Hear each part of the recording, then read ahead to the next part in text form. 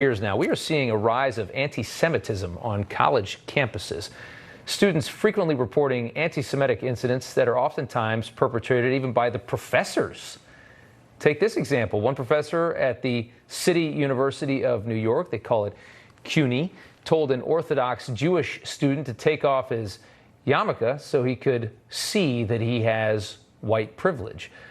Another student had a table she reserved for a Jewish Yavna Club event taken from her by a group of professors.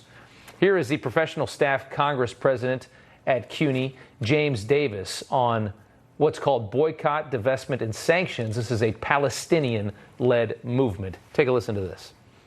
I have my own personal views on Israel-Palestine, and I was a member of the American Studies Association in 2013, Tony, when you were talking about that vote about BDS and voted in favor there. So there he is. This is a guy from City University of New York, basically admitting that he voted in support of BDS, which is horrifically anti-Semitic. But again, this is fashionable now on the left. Not liking Jews is kind of the cool latest thing if you're really woke. Law professor Jeffrey Lax joins us tonight to talk more about this. What do you make of this? I mean, we've all watched this evolve in the last couple years. And there's no pushback really from the left. They're okay with this. First of all, thank you for covering this. Yeah, sure. As you know, media bias includes what you don't cover, and Newsmax does such a great job with this. Yeah. That's not just a CUNY member. That is the president of the union.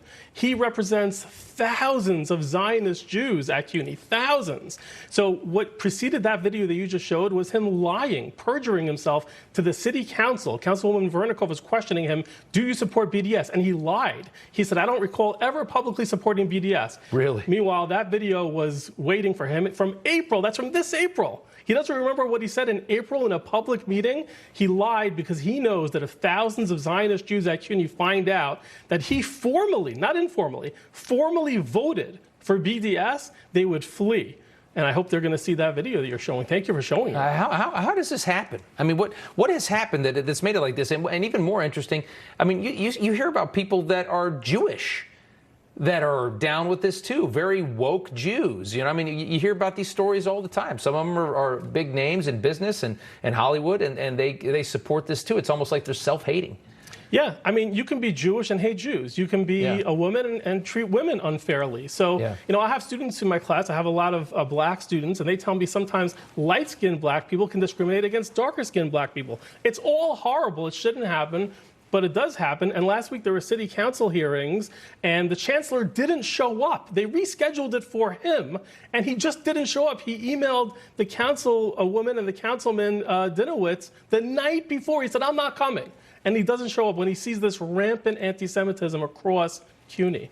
It's unbelievable. Here's an anti-Semitic flyer that was found at the campus, one of the campuses in New York. It read, the Hasidic and Orthodox Jews are all related to each other and love bathing in each other's excrement. They are causing the spread of dangerous, contagious diseases. I'm sure not much became of that, but can you imagine if they said it about anybody else? Because now apparently Jews are no longer a protected status. This is not, there are protected classes in this country and there are unprotected. Whites have never been protected, as we know.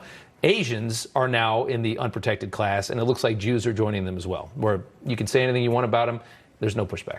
Because we're oppressors. The left, the radical left wants to make us oppressors. Yeah. Even though my family fled from Europe, fled from persecution. Even though you had a Holocaust 70 years ago, you're an oppressor. My grandparents were Holocaust survivors, and Anthony Alessandrini, who's the most radical of these professors, who leads the BDS movement on my campus, I'm not scared to name him, even though he'll probably come after me, he calls me a white supremacist because I bought my way. He writes this in his scholarship. I bought my way into white supremacy by coming here from Europe. My great-grandparents were gassed to death by the Nazis, and I'm a white supremacist. Yep. Outrageous. What a bizarre time. Thank you so much, Jeffrey Lax, for joining us tonight. Thank you for covering this. What an interesting story. Thank you for bringing it to our attention. We appreciate it. All right, coming up.